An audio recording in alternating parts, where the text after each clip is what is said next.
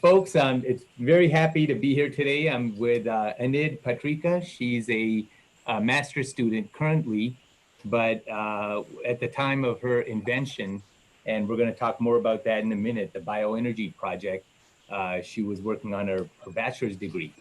So Enid, thank you for joining us today. You're welcome, and thank you. Glad to be here. So let's start right at the beginning. What is the BioEnergy Project, and why did you create it? So the BioEnergy Project is basically an anaerobic digestion system. And what that is that it's basically like composting. You take organic waste and you convert it into fertilizer that can be used to grow food and hydroponics mainly, but also in fruit orchards or farms. And it also produces biogas, which you can use for cooking, heating, or electricity generation. So it's really this multifunctional tool that can also be used to sequester carbon, as well as regain nutrients from food waste. So what's the primary idea behind the invention? Is it, I know it does help with food waste, but was that what prompted it? Yeah, I'd say that was the main driver for us wanting to develop this technology. And we also saw it as a great way for people to become self-sufficient, not only in food production, but also in energy production. And so really our main motivation for creating this product, at least starting out at the university, we saw that there was a lot of food waste in all of the dining halls. And we wanted to really make an impact on that, especially since UC San Diego and the other UC schools are looking to achieve carbon neutrality and be zero waste by 2020 and 2025. So really those are tight deadlines, and we wanted to make a difference on our school, but we also realized that we could make a difference, beyond the school in the communities around us. So they say necessity is the mother of invention.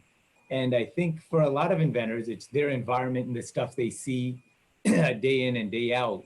In your case, it's specifically, you've seen a lot of food waste in dining halls, like around the university, correct? And that's why that triggered the idea from there. I have a statistic in one of your papers that you talk about that 40% of US food waste is thrown into landfills. Yeah, it's a huge amount, and it's a really big problem. Another statistic too, if food waste was a country, basically according to the Food and Agriculture Organization, that it would be the third largest emitter of greenhouse gas emissions, if it was considered, at the scale of the country. So, we're emitting huge amounts of greenhouse gases globally from food waste. So really any little bit of ways that we can divert food waste from the landfills, like with our anaerobic digester and digester-ponics project with the BioEnergy Project, is making a difference within the community to really be more environmentally friendly and to be more carbon neutral. And I think it also allows people to see that even a little bit of difference can go a long way. Right? You can turn your own waste into something that you can use, like, greens, kale, basil, and, energy that you can cook with. And even though you say a little bit, but I understand for the BioEnergy Project, it's not a small amount. It's quite a bit that you guys have been able to recycle. Yeah, I was referring to our family model that we've been working on, where we're basically working on creating a tiny digester system that can go into like a family unit or a single family home. The one at UC San Diego is university scale, or community scale, like we call it. And we've been able to collect overall over 25,000 pounds of food waste with the digester system. That and the composting, we collected over 70,000 pounds of food waste in just a single year, and converted that into food for the Triton Food Pantry on campus, as well as into biogas. Yeah, wow. Is there, tell me about some of the hardships or difficulties in getting this project to actually work out. Because, I mean, looking at it now, of course, it's a phenomenal success, but as every inventor's story, that it's not always smooth sailing. Oh yeah, it definitely wasn't always smooth sailing. I would say the largest challenge for the university system was really getting institutional support for just the logistics of collecting food waste, making sure that the site is within compliance with the HNS, environmental health and safety on the campus. And I'd say that took a lot of work in terms of lots of meetings, lots of networking, really trying to convince the university that what we were doing was in line with their goals, and that we could actually make an appreciable impact on the way that the university was handling their food waste. And were there also any grants that you received, or where did the funding come from to actually build the prototypes and get this in place? Yeah, there was a lot of really generous funding from the Green Initiative Fund. It's run by a student organization, the Student Sustainability Collective at UC San Diego. And so basically, a part of student fees is able to go towards funding projects such as our own. And now you're currently working on a master's degree, and that's in chemistry? Yes. But you're still pursuing additional improvements, and that is going from a community-based system that's more for large scale like universities to something that could really be broken down maybe for individual family units. Yeah, and I'm basically working on my master's degree studying bioplastics and how they degrade in anaerobic digestion systems, as well as in marine environments, with the Daheen Lab at Scripps Institution of Oceanography. And so basically having this family digester system sort of ties into that because, with this experimentation, say if we do come up with something, then that may be able to be used in such a product to allow like PLA plastics or compostable bags to be something that you could also put into a digester. That's still an unknown, but yeah, we're still working towards some research and development regarding our family size digester. So we're hoping that, so far our tests have been going fairly well. We'll see how the biogas portion goes, but for the hydroponics, we've been able to grow several pounds of kale and basil already. Yeah, it's looking promising. Okay, what advice would you have for other student inventors? Because as student inventors, you're in a little bit of an unusual position in that you don't necessarily have funding to pursue ideas. Plus, you're trying to carry this on alongside your regular classroom load that you have. So is there any advice you would have for others that are hoping to make changes the way you have?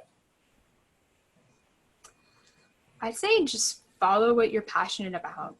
Right? If you're, if you're pursuing a degree that interests you, that's awesome.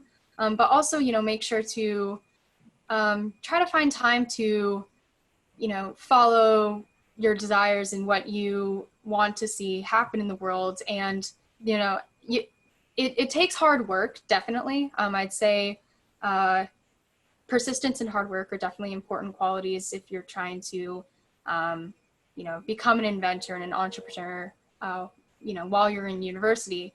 But, there's plenty of funding out there. You just have to be able to have the drive to find what you're looking for and find the people who are excited about your idea and want to support you. Okay, and did you have to submit several proposals to get this funding? Yes, so generally every grant application has a funding application, and you more or less have to describe a budget, why you want to do what you're doing, how it positively impacts the university, and basically describe what you're doing. And there's a list of other things to like how many students you're getting involved with, how many, what's the educational advantage of having your system on the university. Those are just a few examples of questions, at least at the university level funding. If you're looking for federal funding or other funding from, say, organizations like the Lemelson Prize, right? All of these come with their own different applications, but really having a thorough understanding of your invention, but also your customers. Who are you trying to, whose lives are you trying to improve or make better or easier, et cetera, with the product that you're trying to create? Okay, just as we close out here, is there anything else you want to share with our viewers? I mean, for a lot of the viewers here, it's someone like you is an inspiration to have to pursue something while still fully enrolled in school, and then it's a learning process to actually learn to get the grants, to obtain the funding so that you can do the experiments and the prototype and put that together. And it's got to be extremely fulfilling to see it all fall into place and have processed 41,000 pounds of food waste already since March. And so that's not a lot of time.